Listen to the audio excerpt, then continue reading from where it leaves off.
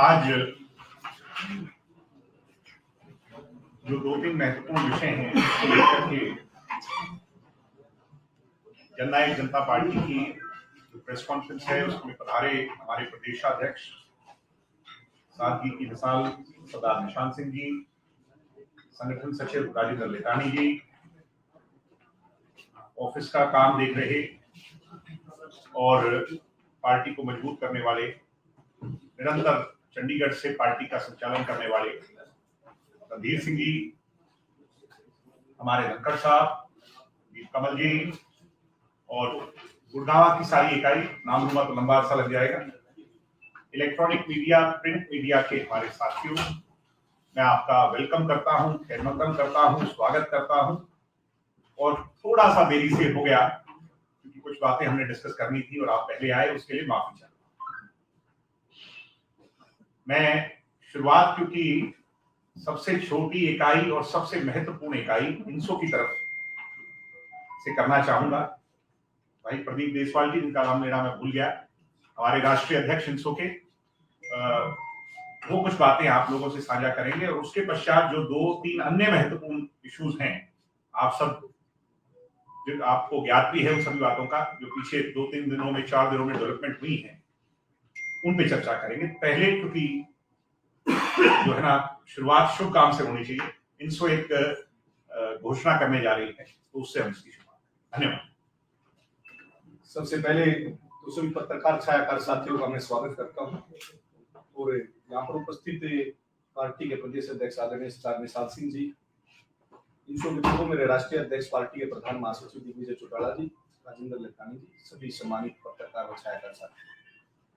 Indian national students organisation जैसा कि ज्ञात है उत्तर भारत का सबसे अग्रणी छात्र संगठन है और छात्रों के मुद्दों की अगर बात आती है तो न केवल उन मुद्दों पर जो है जमीनी स्तर पर लड़ाई लड़ती है, बल्कि अपनी छात्रों की सभी जायज मांगे मनवाने के लिए लगातार संघर्ष करते रही।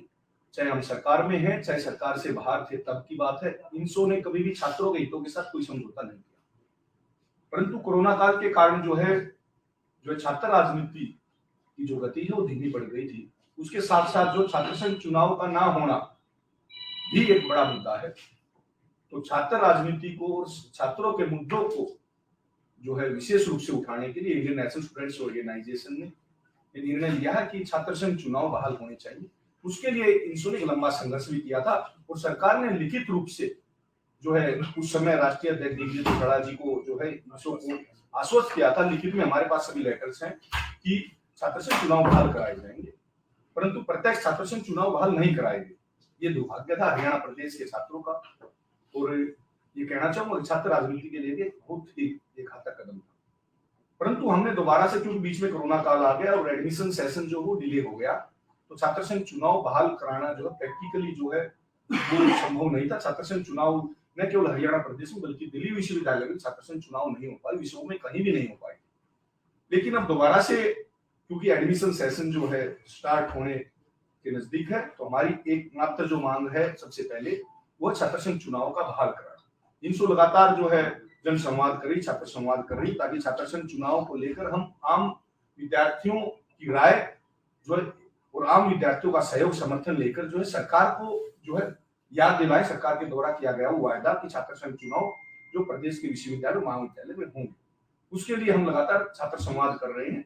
और उसके साथ साथ इंडियन नेशनल स्टूडेंट्स ऑर्गेनाइजेशन ने निर्णय लिया है कि हम जो है 1 महीना लगातार सदस्यता अभियान चलाएंगे इंसो का, और 1 लाख जो है जो नए साथी जो है, क्योंकि कोरोना काल में सदस्यता अभियान नहीं चला पाए थे, 1 लाख नए साथी जो है इंसो के साथ जोड़ेंगे और वो नए 1 लाख साथी उसके साथ साथ जो है आम विद्यार्थी जो अप्रत्यक्ष रूप से इंसो के समर्थन में, इंसो के साथ, इंसो की विचारधारा को फॉलो करते हैं, उनको साथ लेकर एक बड़ी मुहिम जो है छात्र संघ चुनाव छात्रों के मुद्दों को लेकर हम शुरू करेंगे। 1 महीने का हमारा 1 लाख सदस्य नए बनाने का टारगेट है और इसी के लिए जो है आगामी 1 माह में लगातार कार्यक्रम इंसो के जारी रहेंगे। छात्र संघ चुनाव में सरकार हमारे प्रत्येक छात्र संघ चुनाव बहाल करती है तो हम स्वागत करेंगे, और सरकार इस मांग को पूरा नहीं करती है जो लिखित रूप में जो है हमें दिया गया था, तो फिर हम आंदोलन का रास्ता अपनाएंगे। तो आगे की जो कार्रवाई है उसके लिए मैं आमंत्रित करता हूँ भाई दिग्विजय सिंह चौटाला जी को, वो आगे की कार्रवाई को आगे बढ़ाएं।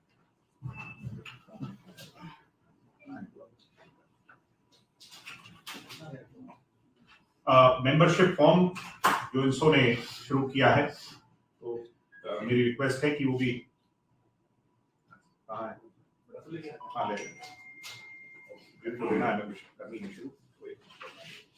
मेंबरशिप ड्राइव जो है उसकी शुरुआत आज इस भव्य प्रांगण से ही आपके गुड़गांव से हो जाएगी और अगले 1 महीने में 1 लाख सदस्यों का जो एक बड़ा मिशन इंसो ने लिया है, मैं पार्टी के प्रदेशाध्यक्ष और हम सब की तरफ से उनको बहुत बहुत इंसो के हमारे वीर सिपाहियों को शुभकामनाएं देता हूं और मुझे उम्मीद है कि इस मिशन को न केवल पूरा करेंगे बल्कि इस मिशन से कहीं आगे बढ़ करके स्वर्गीय चौधरी देवीलाल जी की सोच पर चलकर युवाओं के लिए मजबूत प्लेटफॉर्म पाएगा। अगर आपकी इजाजत हो तो जो मेंबरशिप का फॉर्म और उसकी जो फोटो ऑप है वो लास्ट में हो जाए, उससे पहले कुछ अन्य मुद्दे। एक जो हमारे एलएससी का इशू आया है, लंदन स्कूल ऑफ इकोनॉमिक्स का, शायद करण कटारिया गुड़गांव से संबंध रखने वाला विद्यार्थी है और ये बड़ा अनफॉर्चुनेट है। आज सुबह से हम चर्चा कर रहे थे किस प्रकार डेमोक्रेसी की जहां बात होती है और जो विश्व को डेमोक्रेसी सिखाने की चर्चा करते हैं वो लोग ही डेमोक्रेसी का गला घोटने का काम कर रहे हैं। मैं ये उम्मीद करता हूं कि हमारी हरियाणा सरकार, देश की सरकार, फॉरेन एक्सटर्नल मिनिस्ट्री इस पर संज्ञान लेगी। ना केवल हिंदुस्तान से एक बड़ा संदेश जाना चाहिए बल्कि हमारे विद्यार्थियों को, क्योंकि हमारे लाखों विद्यार्थी आज विदेश में पढ़ रहे हैं और अगर एक की आवाज को हमने दबने दिया तो आने वाले समय में हमारे भविष्य को दबाने का एक बड़ा प्रयास होगा विदेशों में। इसलिए ये चाहे इसको कोई भी नाम दे रहे हो, चाहे कोई हिंदुइस्ट कहता है, कोई इस्लामोफोबिया कहता है, कोई कुछ भी कहता है, मगर मैं इसको सिर्फ और सिर्फ डेमोक्रेसी की हत्या के तौर पर देखता हूं। किसी का हिंदू होना या किसी का सिख होना, किसी का मुस्लिम होना या किसी का किसी रिलीजन से संबंध रखना, उसके चुनाव लड़ने से उसको नहीं रोका जा सकता। और ये चीजें क्योंकि हमने अडॉप्ट करी हैं उस देश से और आज देश में ऐसा हो रहा है तो हमें एक सख्त संदेश भेजना चाहिए और इस पर कार्रवाई होनी चाहिए। मैं ऐसी हम उनके परिवार के साथ हैं, हम उस नौजवान के साथ हैं और उम्मीद करते हैं कि उसको जस्टिस होगा और वो चुनाव लड़ेगा। आप सभी जानते हैं कि 2019 के चुनाव में जो भूपेंद्र हुड्डा जी और उनके लाडले बेटे दीपेंद्र हुड्डा जी जगह जगह जाकर के एक बात कह रहे हैं कि हमने जननायक जनता पार्टी को जो कहते थे कि यमुना पार ले जाएंगे या और अन्य विषय पर, और वो जाकर के बीजेपी के साथ मिल गए और ज्यादा उनके जो लाडले बेटे हैं जींद में, हिसार में, अन्य क्षेत्रों में, मुझे हैरानी होती है कि कैसे कोई कोरा झूठ बोल सकता है, कैसे सरेआम कोई झूठ बोल सकता है। और आज ये मेरी इच्छा नहीं थी मगर मुझे कंपेल किया कि आज उन तमाम बातों को आपके सामने। दीपकमल जी अगर आप शुरू करें, आपके बिल्कुल पीछे जो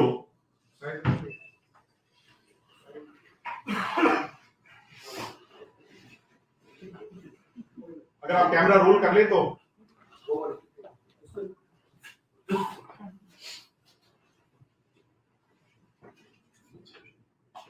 ये दुष्यंत जी की फोटो है जब हमारी 10 सीटें हम जीत चुके थे। हरियाणा में 40 सीटें भारतीय जनता पार्टी को, 10 जेजेपी को और 31 सीटें कांग्रेस को, 1 आईएनएलडी को और अन्य 1 कांडा जी की पार्टी को और निर्दलीय को। हरियाणा की जनता का मैंडेट क्लियर नहीं था। फ्रैक्चर्ड मैंडेट में जब विधायक दल की बैठक हुई तो विधायक दल की बैठक में यह फैसला लिया गया, और ये एक रेप्यूटेड न्यूज़पेपर की कटिंग है, मैं नहीं कह रहा, दुष्यंत जी इसमें नेता चुने गए, ईश्वर सिंह जी उपनेता चुने गए, अमरजीत ढांडा जी चीफ विप चुने गए। सरकार बनाने के लिए विधायक दल ने यह फैसला किया, दसों के दसों विधायक ने। इसको रोकिए, ये प्रेस कॉन्फ्रेंस में आपको उसके बाद चलाऊंगा, अगर 2 मिनट मेरी बात पे गौर करें। और भाई राष्ट्रीय कार्यकारिणी ये फैसला ले कि हम किसके साथ हैं। अगर मैं गलत नहीं कह रहा, निशांत सिंह जी मुझे परमिट करे, उस समय मैं मौजूद नहीं था मगर ये मौजूद थे। डॉक्टर अजय सिंह चौटाला जी ने, हमारे राष्ट्रीय अध्यक्ष जी ने यह फैसला लिया, क्योंकि उन तक ये बात ले जाई गई, उनका यह फैसला आया कि 3 बड़े विषयों पर 5100 पेंशन, महिला को 50% आरक्षण और तीसरा हमारा 75 यानी मेन मुद्दा दुष्यंत चौटाला जी का जो था, इन तीनों पर जो भी पार्टी सहमत होगी, ये तीनों मुद्दे हैं हरियाणा के हित के मुद्दे, हरियाणा के भविष्य के मुद्दे, हरियाणा में इक्वालिटी के मुद्दे, महिला सशक्तिकरण के मुद्दे, नौजवानों को आगे बढ़ाने के मुद्दे, हरियाणा के हित में। क्योंकि फ्रैक्चर्ड मैंडेट है और ये तो है नहीं कि दोबारा चुनाव में जाया जाए, एक अलग बोझ जनता पर डाला जाए। ऐसे में इस फ्रैक्चर्ड मैंडेट में 10 सीटें जो हरियाणा की जनता ने भाई दुष्यंत सिंह चौटाला जी को आशीर्वाद स्वरूप दी है, एक ऐसी सरकार बनाई जाए जिन पे इन मुद्दों को उनके अंजाम तक पहुंचा करके जमीनी हकीकत बनाए। इसलिए दुष्यंत चौटाला जी ने इस तमाम जो मैंने आपको डेवलपमेंट्स बताई, इसके बाद एक प्रेस कॉन्फ्रेंस किया। मैं चाहूंगा कि उस प्रेस कॉन्फ्रेंस की क्वेश्चन राष्ट्रीय कार्यकारिणी के तमाम सदस्यों ने अपने सुझाव रखे। कई साथियों ने यहाँ बात करी कांग्रेस के साथ सरकार बनाई जाए, कई साथियों ने ये विषय रखा कि बीजेपी के साथ चर्चा कर सरकार बनाई। प्रदेश के अंदर मजबूत मैंडेट किसी को भी नहीं मिला। उस परिस्थिति में अंत में राष्ट्रीय कार्यकारिणी विधायक दल के नेता के तौर पर मुझे और प्रदेश अध्यक्ष के तौर पर सरदार निशांत सिंह जी को अधिकृत किया है कि कॉमन मिनिमम प्रोग्राम के साथ प्रदेश के अंदर प्रदेश को आगे ले जाने के लिए, जिसके अंदर खास तौर पर 75% हरियाणा के अंदर जो हरियाणवी का रोजगार का अधिकार का हमारा उद्देश्य था, प्रथम तौर पर उसको वृद्धावस्था पेंशन जो चौधरी देवीलाल जी का लगाया हुआ पौधा है, उसकी बढ़ोतरी, इन विषयों पर जौन सा भी पॉलिटिकल दल इस बात को थोड़ा गौर करें, सहमत होगा, जननायक जनता पार्टी पूरी तौर पर उसके साथ मिलकर प्रदेश के अंदर सरकार बनाने का प्रयास करेगी। आज आप लोग बारी बारी प्रयास लगाते हैं, किससे मुलाकात हुई, क्या कदम उठाए गए, औपचारिक तौर पर चर्चाएं जरूर हुई। अगर मुलाकात किसी से होगी, कोई कदम बढ़ाया जाएगा, तो सबसे पहले आप लोगों को हम उसके बारे में पूरी तौर पर बताने का काम करें। हम पॉजिटिव है हरियाणा को आगे ले जाने के, हम पॉजिटिव है प्रदेश के अंदर युवा को उसके अधिकार मिले, जो क्राइम की सिचुएशन है उसको कंट्रोल किया जाए, जो हमारे एजेंडा थे, जो भी संकट कॉमन मिनिमम प्रोग्राम के साथ चलने को तैयार होगा, जननायक जनता पार्टी उसके साथ मिलकर सहयोगी के तौर पर प्रदेश में सरकार बनाने का काम दीपेंद्र चौधरी देवीलाल जी अच्छा चलो त्याग करने का काम किया।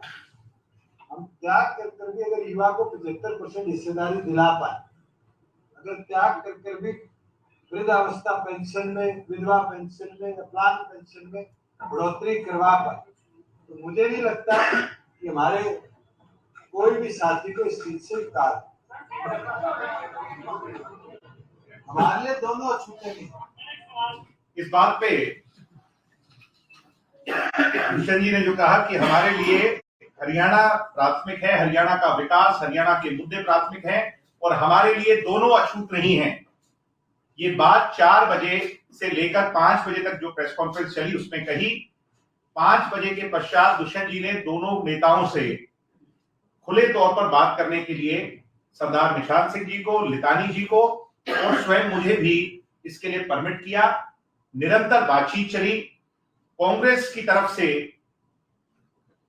ये बात कही गई कि बहुत सारे लोग इस बात के लिए राजी हैं, तैयार हैं कि दुष्यंत चौटाला के कॉमन मिनिमम प्रोग्राम के साथ सरकार बना ली जाए। अन्यथा एक व्यक्ति ऐसे हैं, भूपेंद्र हुड्डा, जिनसे भी बातचीत हुई, मैं बात कह रहा हूं उसको थोड़ा सा गौर करें, जिनसे भी बातचीत हुई और उनके द्वारा एक ही बात कही गई कि पहले समर्थन करो फिर मुद्दों पर आएंगे, पहले समर्थन करो फिर निर्दलीयों को साथ लाने का सोचेंगे, पहले समर्थन करो फिर आगे बात हो। यानी नकारात्मकता, जो नकारात्मकता भूपेंद्र हुड्डा की रही उस दौरान, परिणाम स्वरूप इसी बात का, क्योंकि ये एक एंड पे चल रही थी, दूसरे एंड पर भारतीय जनता पार्टी, दुष्यंत जी ने तो खुला ऑफर रखा था दोनों के सामने कि मुझे कोई लोभ लालच नहीं, मुझे हरियाणा के हित सर्वोपरि हैं। इसी दौरान भारतीय जनता पार्टी की टॉप लीडरशिप से बातचीत हुई और भारतीय जनता पार्टी के तत्कालीन राष्ट्रीय अध्यक्ष जी ने इस बात को स्वीकारा कि 5100 पेंशन हो, 75% आरक्षण हो या महिला को 50% इक्वेलिटी देने की बात हो, हम इन्हीं सभी मुद्दों पर सहमत हैं और कॉमन मिनिमम प्रोग्राम के तहत दुष्यंत चौटाला जी ने समझौता कर लिया, समझौता हो गया। यानी भूपेंद्र हुड्डा जी पहले तो यहीं एक्सपोज हो जाते हैं। और सेल्फ कॉन्ट्राडिक्शन देखिए, गोहाना के अंदर दीपेंद्र हुड्डा ये कहते हैं कि हमारी बातचीत हुई मगर दुष्यंत चौटाला जी की गाड़ी जींद जुलाना के रास्ते होते, रोहतक से बहादुरगढ़ होते अमित शाह जी की कोठी पर चले गए। झूठ बोल रहे हैं, दुष्यंत जी तो एक दिन पहले दिल्ली आ गए और ये मीटिंग तो 4 बजे अगले दिन हुई। अमित शाह जी से जो मीटिंग हुई है वो अगले दिन रात को 9-10 बजे हुई। वहीं उनके पिताजी चौधरी भूपेंद्र हुड्डा जी ये कहते हैं कि हमारी तो कोई बातचीत ही नहीं हुई। मैं मीडिया के लोगों से कहूंगा कि हुड्डा जी और उनके बेटा जी की ही बात में इतनी बड़ी कॉन्ट्राडिक्शन है, अगर वो कटिंग अगर आप चला पाए, ये आप इस पे गौर करें तो प्लीज थोड़ा सा पीछे नॉइज अगर कम हो जाए। धनखड़ साहब थोड़ा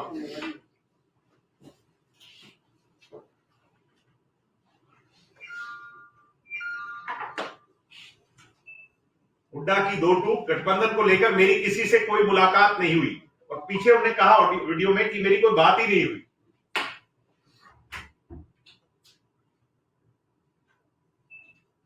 अब ये कैसे संभव है? बेटा जी कहते हैं कि दुष्यंत की सभी शर्तें को मानने को तैयार हो गए थे पूर्व सीएम हुड्डा।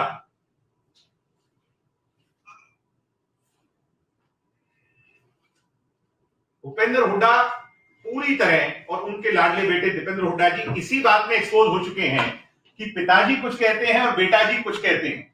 अब ये पिताजी और बेटा जी मिलकर के बताएं क्या उनकी बातचीत हुई थी या उनकी बातचीत नहीं हुई, और ये सेल्फ कॉन्ट्राडिक्शन क्यों है, ये हरियाणा की जनता को गुमराह करने का काम क्यों कर रहे हैं, मुद्दों को भटकाने का काम क्यों कर रहे हैं, ये वे स्वयं बताएं। जी सारे नेशनल एग्जीक्यूटिव ने ये अधिकार दुष्यंत जी को, सरदार निशान सिंह जी को दे दिया है। अच्छा ये बताइए कॉमन मिनिमम प्रोग्राम का मतलब क्या है?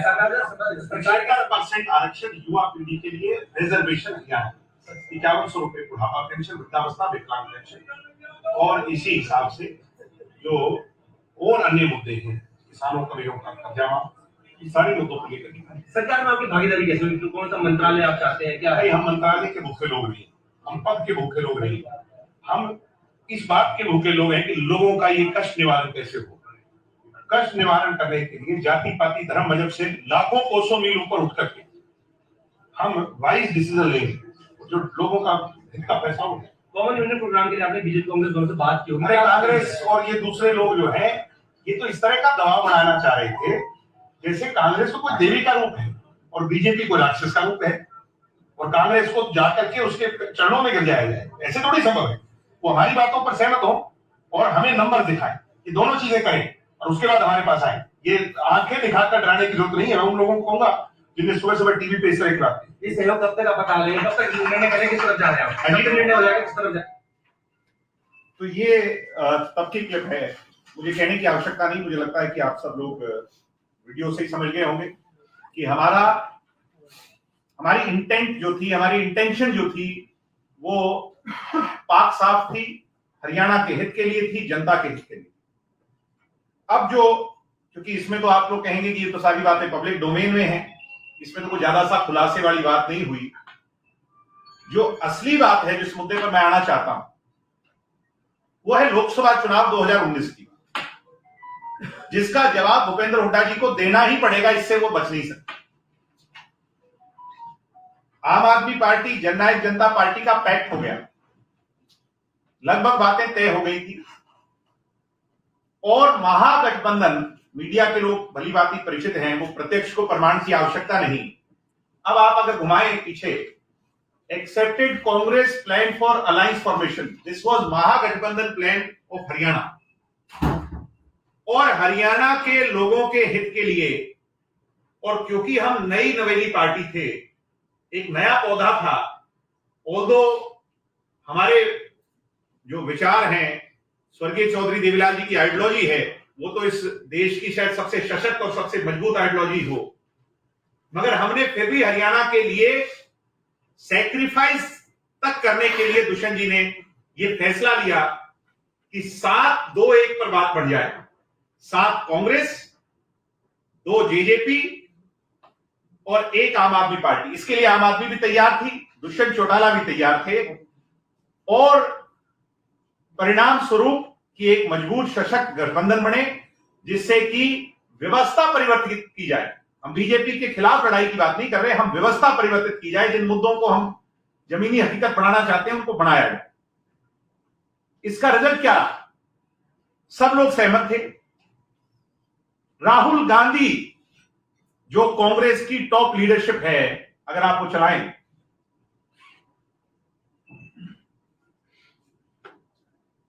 अब इसकी पहली लाइन पढ़िए, ये भी दैनिक जागरण अखबार है। महागठबंधन नहीं करने से नाराज हुए राहुल गांधी।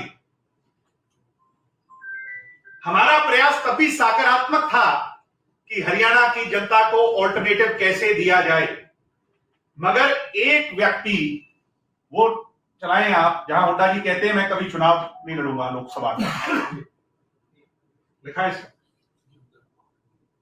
हाँ, ये भी है, हुड्डा बने गठबंधन की राह में रोड़ा, और ये तो एक्सपोज, ये तो सबको पता है।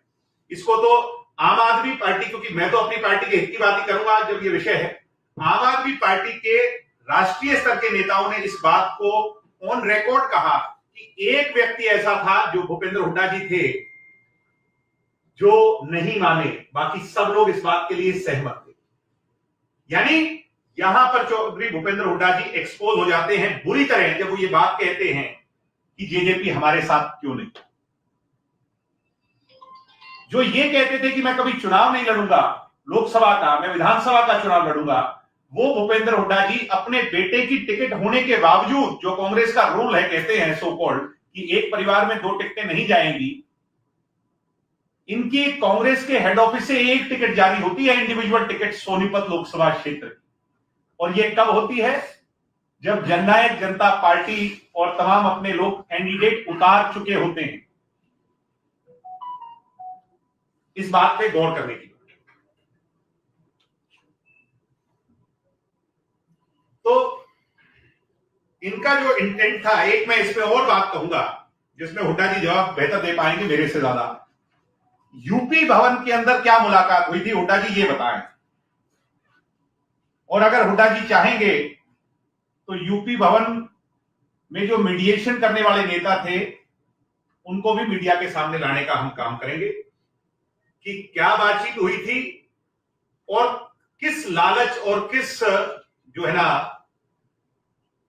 उसके अंदर जो हुड्डा जी ने ये सारे के सारे महागठबंधन जो हरियाणा की जनता शायद उस समय चाहती हो, उसको नहीं होने में एक राह में रोड़ा बनने का, एक हैजार्ड बनने का काम किसी ने किया, तो वो स्वयं।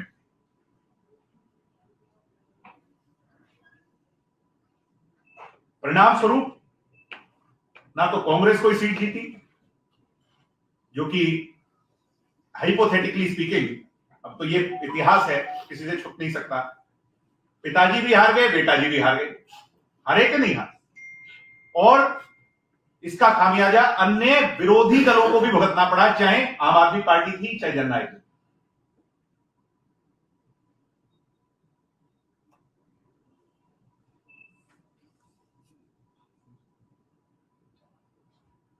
हम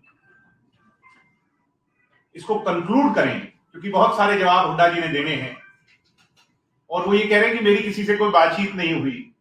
कुछ चीजें राजनीति के अंदर अगर दबी रहें तो ज्यादा बेहतर है, क्रेडिबिलिटी बनी रहती है। मैं इतना ही कहूंगा,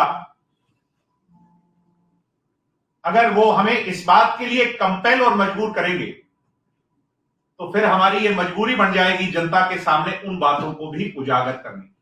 अगर वो ये कहेंगे कि कांग्रेस के किस सीनियर नेता से बातचीत हुई, तो गुड़गांवा के अंदर दोबारा प्रेस कॉन्फ्रेंस कर रिकॉर्ड फोन कॉल्स के साथ मैं आपको वो भी आपके सामने बताने का काम करूंगा, और हुड्डा जी से कब बातचीत हुई, किस माध्यम से हुई, वो भी करने का काम करूंगा। इंटेंट क्लियर है, बदनीयती क्लियर है कि भूपेंद्र हुड्डा नहीं चाहते थे, और आज जगह जगह जाकर पिताजी और बेटाजी राग रो रहे हैं, गा रहे हैं कि दुष्यंत चौटाला बीजेपी के साथ चले गए, दुष्यंत चौटाला हरियाणा के जनहित के मुद्दों के साथ गए हैं। बीजेपी से हम पहले भी अलायंस में रहे, जो हम कहते थे ना कि कांग्रेस के साथ 7 पीढ़ी नहीं जाएंगे, वो इसी सोच के लिए कहते थे, क्योंकि कांग्रेस की सोच हरियाणा के लिए नहीं है, कांग्रेस की सोच हरियाणा के लोगों के भलाई के लिए नहीं, पिताजी और बेटाजी की भलाई के लिए है। पिताजी अपने बेटाजी का फ्यूचर सिक्योर करने के लिए है, और उसके लिए राव इंद्रजीत जी का कुर्बानी दी गई, चौधरी वीरेंद्र सिंह की कुर्बानी दी गई, कुलदीप बिश्नोई की कुर्बानी दी गई, शैलजा जी की कुर्बानी दी गई, और हमारे आदरणीय अशोक तंवर जी की कुर्बानी दी गई कि नहीं दी गई। यानी बेटा जी का फ्यूचर सिक्योर कैसे हो, उसके लिए पिताजी कोई भी कुर्बानी देने को तैयार। और दुष्यंत चौटाला ने, क्योंकि हरियाणा की जनता दुष्यंत को मुख्यमंत्री देखना चाहती थी, दुष्यंत जी ने उस पद की कुर्बानी देकर के आज उन मुद्दों की लड़ाई लड़कर 75% को लागू करवाया, महिला को 50% आरक्षण दिलवाया, हरियाणा में जनहित के सैकड़ों ऐसे फैसले लिए। एक मन में टीस है 5100 नहीं कर पाने की, मगर वो दिन दूर नहीं कि जन सहयोग के आशीर्वाद से, जनता के, बुजुर्गों के, हमारे जो देवता रूपी हरियाणा का वोटर है, उसके आशीर्वाद स्वरूप वो सपना भी पूरा होगा, और 5100 नहीं, उसको भी और आगे ले जाने का काम। इसलिए आज मैं इस बात को यहीं सीमे दायरे तक रखना चाहता हूं, और निशांत सिंह जी से कहूंगा कि कुछ विषयों पर वो भी आपसे चर्चा करना चाहते हैं, हम इसे कंक्लूड करें। इसके पश्चात आपके जो सवाल और जवाब हैं वो हम जरूर दे पाएंगे। मेरे हिसाब से आप इस बात से वेल सेटिस्फाइड होंगे कि आज भूपेंद्र हुड्डा जी पूरी तरह से एक्सपोज हो चुके हैं, उनका झूठ उजागर हो चुका है, जनता के पब्लिक डोमेन में आ चुका है। दुष्यंत चौटाला की राजनीतिक भ्रूण हत्या, आप मेरे वर्ड्स को थोड़ा सा नोट करें, दुष्यंत चौटाला जी की राजनीतिक भ्रूण हत्या भूपेंद्र हुड्डा नहीं कर पाए। दुष्यंत चौटाला जी की परिपक्वता से आज जननायक जनता पार्टी के हजारों लाखों कार्यकर्ताओं की मेहनत से ये परिवार एक मजबूत और सशक्त परिवार है, जो कि चौधरी देवीलाल जी के सपनों पर आगे अपने कदम बढ़ा रहा है, उन्हें सच कर रहा है, और इसका झंडा हुड्डा जी आप नहीं रोक पाओगे। ये झंडा तो हिमालय की चट्टानों से ऊंचा जाएगा, वहां फहराएगा। बहुत धन्यवाद। जैसे हमारे युवा नेता दिग्विजय चौटाला जी ने अपनी बात रखी और ये सारा खुलासा किया कि 2019 के चुनाव में किस तरीके से महागठबंधन में कैसे कैसे रुकावट आई, और किन लोगों की वजह से आई और किन विषयों को लेकर के जननायक जनता पार्टी ने, हमारे राष्ट्रीय अध्यक्ष डॉक्टर अजय सिंह चौटाला जी ने हरियाणा के विकास को छोड़ने का काम, ये सारी बातें उन्होंने कही है। इसी कड़ी में जींद का उपचुनाव भी आता है। जींद के उपचुनाव में जब रणदीप सुरजेवाला ये पता चला कि दिग्विजय जी उपचुनाव को फाइट कर रहे हैं, तो सब कुछ छोड़ करके कांग्रेस द्वारा कहीं और नियुक्तियां की गई थी, उनको छोड़ करके दिग्विजय जी का मुकाबला करने के लिए उस उपचुनाव में आकर के नॉमिनेशन फाइल किया। जो परिणाम रहे वो आप सबके समक्ष हैं। मैं तो ये कहना चाहूंगा कि जननायक जनता पार्टी हरियाणा की बेहतरी बहबूदी को देख करके अपने फैसले करती है। जो हमारे राष्ट्रीय अध्यक्ष जी ने, दुष्यंत चौटाला जी ने करने का काम किया और आज बहुत बेहतर पोजीशन में जो बातें उन्होंने कही कि जहाँ एक बहुत बड़ा मुद्दा था कि हमारे जो युवा हैं उनको प्राइवेट सेक्टर के अंदर 75% रोजगार देने की बात थी, महिलाओं को 50% हिस्सेदारी देने की बात थी।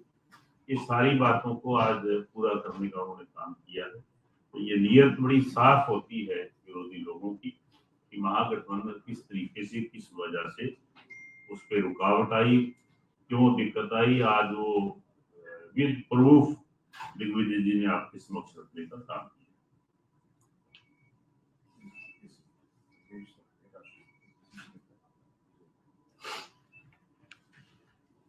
तो जैसे मैं कह रहा था कि हमारा सिर्फ और सिर्फ हरियाणा के विकास का एक ध्यान रहता है, पार्टी का हरियाणा के विकास के मुद्दों के ऊपर ध्यान देता है, ना कि हमारा ये कोई ध्येय है कि हम किसी राष्ट्र लेवल के, किसी प्रदेश लेवल के किसी नेता के खिलाफ को बात करें, को बयानबाजी करें। हम हमेशा अपने मुद्दों पे अपने आप को केंद्रित करते हैं। तो यही एक वजह है कि दुष्यंत चौटाला आज पूरे प्रदेश में, पूरे देश में युवा नेता के रूप में अपनी सोच और समझ को लेकर के, हरियाणा के हितों को लेकर के सबके हरमन प्यारे। बहुत बहुत धन्यवाद आदरणीय सरदार निशांत सिंह जी। और मैं तो इतना ही कहूंगा, जैसा आपने कहा कि हमारी इंटेंट रहती है कि लोगों का विकास कैसे हो, भला कैसे हो, पॉलिसीज कैसे अच्छी लाई जाए, वही हुड्डा जी और उनके बेटा जी की नीयत रहती है कि दुष्यंत को कमजोर कैसे किया जाए। कहीं भी आप देख लो, किसी नेता का नाम नहीं लेंगे हरियाणा में। नेता तो और भी बहुत है, अन्य पार्टियों के हैं, मैं पार्टियों का नाम नहीं लूंगा। पार्टियों का नाम लेंगे, नेता का नाम नहीं लेंगे। नेता का एक का ही नाम लेंगे, दुष्यंत चौटाला। राष्ट्रीय स्तर पर कितने नेता हैं सभी पार्टियों के, किसी का नाम नहीं लेंगे, अच्छे में बुरे में। एक ही नेता का नाम लेंगे, क्योंकि हुड्डा जी के पेट का दर्द, उनकी सबसे बड़ी तकलीफ उन्हें दुष्यंत चौटाला लगते हैं। और आज क्योंकि उनने ये बात शुरू की थी, हमने ये आज 3.5-4 साल बीत गए और ऐसी आवश्यकता ही नहीं पड़ी कि हमें इस बात को पब्लिक डोमेन में लाना पड़े। जैसा मैंने कहा कि कुछ बातें अच्छा है कि दबी रहें, मगर बार बार ये बात वो कहते हैं कि ट्रिगर की गई दीपेंद्र हुड्डा और उनके पिताजी द्वारा, रैलियों में कही गई, सभाओं में कही गई, तो मुझे उसका जवाब देना, मैं समझता हूं कि उसकी आवश्यकता थी।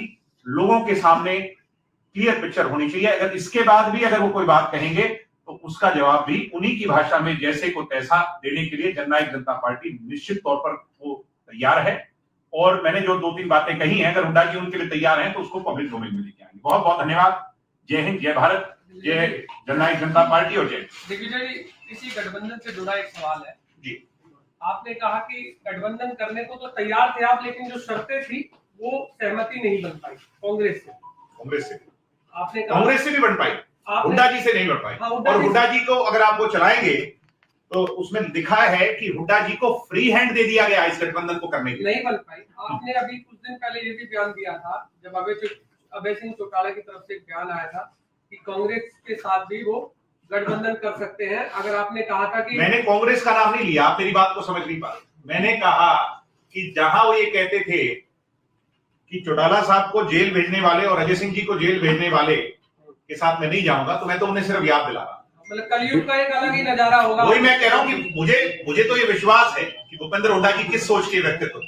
दिग्विजय जी, ये हाइपोथेटिकल बात है, उन बातों का जवाब तो समय आने पर। दिग्विजय जी, अभय चौटाला जो कह रहे हैं कि उप मुख्यमंत्री अब बात मैं आपसे एक बात रिक्वेस्ट करता हूं कि अभय चौटाला जी के बारे में बहुत सारी समय पर हमारी बातें होती, आज मैं कुछ कहूंगा कल अखबार में वो छप जाएगा, आज रहने दें, अगली बार अभय सिंह जी के बारे में बात। तो दिग्विजय जी, आप ये मैं कह रहा हूं कि आज जो मुद्दा है वो ये है कि हुड्डा जी ने क्या कहा, मैंने क्या कहा, उनके बेटा जी ने क्या कहा, मैंने कहा। दिग्विजय जी उसी विषय पे आ रहे हैं। आप कहना चाह रहे हैं कि जाट का नेता अब लोकप्रियता कौन बटोरे, हुड्डा या फिर दुष्यंत चौटाला? आप ऐसा नेता, ऐसा है कि जाति पाति धर्म मजहब ये हमारी सोच नहीं, उनकी। दिग्विजय जी, प्रेमलता कांग्रेस से तो आप एक बार भैया सत्ता नहीं बनी। ये न्यूज देखिए, आप इस बात पे गौर करिए और आप स्वयं इस बात का अंदाजा लगा सकते हैं कि 25 तारीख को क्या हुआ होगा, जो बात मैं कह रहा हूं। देखिए, आर्काइव जो है उसे कोई छुपा नहीं सकता। जो हमारी मेमोरी है वो कमजोर पड़ सकती है, हुड्डा जी की पड़ सकती है, उनकी याददाश्त कम हो सकती है, उनके बेटा जी भूल सकते हैं, इन चीजों को कोई छुपा नहीं सकता। दिग्विजय जी, 2024 के लिए मिनिमम प्रोग्राम क्या होंगे वो, और क्या उनके आधार पर हम संगठन किसी भी ये तो सरदार निशान सिंह जी, दुष्यंत चौटाला जी और पार्टी की सीनियर लीडरशिप तय करेंगे। इसके अलावा मैं इस बात को उपयुक्त जवाब नहीं दे पाऊंगा। क्या मुद्दे होंगे, कैसे होगा, कैसे गठबंधन होगा, नहीं होगा, कैसे चुनाव लड़ेंगे, भविष्य के घर में है। और इनको प्रेमलता आजकल क्वालिफिकेशन पूछ रही है जी आपकी कि भाई, मेरी क्वालिफिकेशन तो 12वीं है और मुझे गर्व है। और प्रेमलता जी को एक बात बड़े विश्वास से कहना चाहता हूं कि मैं भूपेंद्र हुड्डा जी और कांग्रेस की उस सोच से सताया हुआ परिवार का एक नौजवान था, क्योंकि मेरे पिता और दादा को 10-10 साल की कैद कर दी गई थी। मैं अपने 3rd ईयर ऑफ लॉ में था जब मुझे पढ़ाई को छोड़ करके अपने परिवार को संभालने यहां आना पड़ा। प्रेमलता जी, आपके बेटा जी और आपके हस्बैंड की जितनी क्वालिफिकेशन है, भगवान ने सांस दिए और चौधरी देवीलाल का रगों में खून दौड़ता रहा, तो आपसे ज्यादा पूरे परिवार की पढ़ाई लिखाई से ज्यादा ज्ञान लेकर के जाऊंगा। मगर किताबों से सीख नहीं मिलती, एक्सपोजर से सीख मिलती है। आपकी सोच नियमित है कि वो 12वीं को देखती है, मेरी सोच आपसे कई लाख गुना शायद बड़ी है कि मैं और चीजों को देखता हूं। और उसी चौधरी देवीलाल के खानदान में जन्म लेने का जो सौभाग्य मुझे हासिल हुआ और जनता की सेवा करने का हासिल हुआ, तो ये पढ़ाई लिखाई भी आज मेरे दादाजी ने कितनी उम्र में कर ली, हम भी कर लेंगे। क्या हो गया? हमने कभी पूछी आपकी क्वालिफिकेशन क्या है और इससे क्या मैटर करता है? कितनी नियमित सोच है, कितनी नियमित सोच का दायरा है।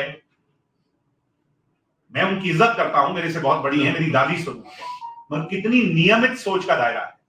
और मुझे लगता है कि आंसर दे दिया, इससे ज्यादा इस पे चर्चा नहीं। इसमें है कि पिता के समान लोगों को चैलेंज अरे पिता के समान अपने से अगर कोई राजनीति में बात हुई है, आदर के साथ, विद ड्यू रिस्पेक्ट, क्या उसका जवाब नहीं देंगे? पिता के समान अगर आप हैं उम्र में, तो आप कुछ भी कहते रहेंगे।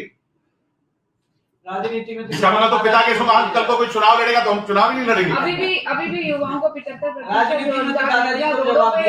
मैं आपकी बात से मैं फिर कह रहा हूं, मैम, विद ड्यू रिगार्ड, 75% आरक्षण हमने अपनी नियत से मजबूती से लागू कर दिया।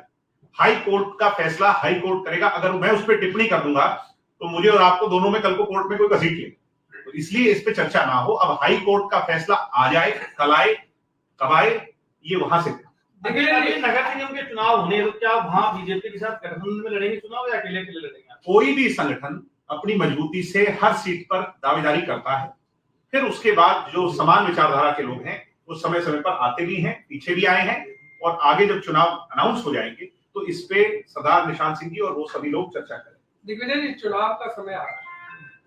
3 शर्तें जो पहले रखी गई आपकी, 75% युवाओं को रोजगार या 50% महिलाओं को आरक्षण, 5100 रुपए पेंशन। अब 2 शर्तें तो लगभग आपकी तरफ से अप्रूव ही हो गई। दुष्यंत जी ने मेरे हिसाब से बड़े खुले तौर पे कह दिया कि मेरे मन की टीस है, और जनता के बीच में उस टीस को दुष्यंत जी लेके जाएंगे, इसमें कोई दो राय नहीं। तो कि मेरा मैंडेट अगर 45 का होता तो आप मेरे पर क्वेश्चन करते। अगर दुष्यंत जी को 45 सीटें मिली होती तो आपका ये प्रश्न बिल्कुल जायज। हम 10 सीटों में अलाइड पार्टनर हैं, सरकार के 20% हिस्सेदार हैं, उसमें भी हम प्रयासरत हैं। हमारी नीयत पर, हमारी नीति पर, हमारी सोच पर कोई क्वेश्चन नहीं कर सकता। तो आने वाले चुनाव में आपको लगता नहीं है कि फिर दोबारा से जिस तरह अभी चर्चाएं चल रही है कि गठबंधन होगा नहीं होगा, वो एक अलग परसेप्शन है? मुझे देखिए, दो चीजें, एक 5 साल सरकार को चलाना और एक 5 साल के बाद गठबंधन में आना, मिलकर के चुनाव लड़ना। हम पहले भी चुनाव मिलकर के नहीं लड़े, उसके बाद गठबंधन में आए। अब ये इन लोगों ने तय करना है, पार्टी की दोनों की हाईकमान ने तय करना है, और वो जन भावना के आधार पर मेरे हिसाब से सब चीजें समेटते हैं। ओपी धनखड़ कह रहे हैं, ओपी धनखड़ जी कह रहे हैं, प्रदेश अध्यक्ष, कि अभी गठबंधन पर विचार किया जाएगा। हम भी तो यही कह रहे हैं। हम कौन सा लग रहे हैं? दिग्विजय चौटाला लोकसभा चुनाव लड़ेंगे या विधानसभा, कौन सी से? ये आप इनसे बात कर लीजिए, फैसला करके बता दीजिए। बट मेरी इच्छा पार्टी के लिए काम करनी है, मेरा एक सवाल है, एक वर्कर के तौर पर काम।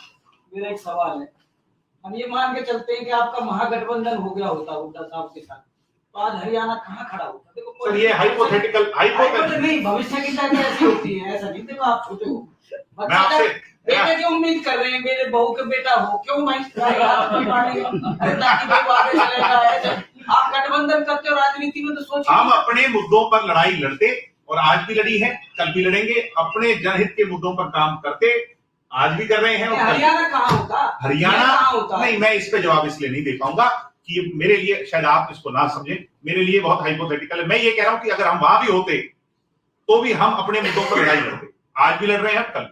दिग्विजय जी, हरियाणा कर्ज में डूबता जा रहा है, क्या प्लानिंग आप लोगों की? आप ऐसे गठबंधन सरकार खेलते रहेंगे, जनता कब तक मरती रहेगी इस विषय? नहीं, जनता पर कर्ज है, आज नहीं, ये वर्षों से है, और इसके लिए जिम्मेवार ना केवल जेजेपी बीजेपी की सरकार है, ना केवल इससे पहले की बीजेपी की सरकार है, ना केवल उससे पहले 10 साल की हुड्डा की सरकार है। इसके लिए तमाम सरकारें जिम्मेवार हैं। कर्ज बढ़ रहा है और ये गंभीरता है, इस पे हमें सरकारों को सोचना चाहिए। इस पर एक आदमी ब्लेम करने के नहीं, आंकड़े लेके बैठ जाऊंगा तो जितने जिम्मेवार ये सरकार है, इससे पिछले वाली भी ज्यादा थी, उससे पिछले वाली भी ज्यादा। दिग्विजय जी, जो डिपार्टमेंट दुष्यंत जी के पास है जी, हम अक्सर देख रहे हैं कि उन्हीं डिपार्टमेंटों पर खासी नजर रखी जा रही है। अभी हाल ही में कल भी गुरुग्राम के दुष्यंत जी खुद चाहते हैं कि मेरे डिपार्टमेंट्स पर खासी नजर रखी जाए, मेरे डिपार्टमेंट के अंदर कहीं भी कोई अनियमितता है उसको उजागर किया जाए। यही सोच, तो बार बार ये कहते हैं शराब घोटाला, दुष्यंत जी ने तो कार्रवाई करवा कर नहीं पकड़वाए कि कहीं भी कहीं कोई अनियमितताएं हैं उनको पकड़ो। मेरे डिपार्टमेंट पाक साफ होने चाहिए, उसमें कहीं कोई करप्शन की बू नहीं आनी। गुरुग्राम के हाँ, अगर आई है तो उस पर कार्रवाई होनी चाहिए, हम उसके लिए। अब ये मेरी बात को जो मैं आपसे रिक्वेस्ट कर रहा हूं कि डाइवर्ट मत कर देना कल को, क्योंकि मुद्दा आज ये था। कहीं प्रेमलता जी को चला दो और मेरे मुद्दे को चलाओ ही ना, क्योंकि वो तो थोड़ा स्पाइसी है मामला, जो है वो उसमें मसाला है, इसलिए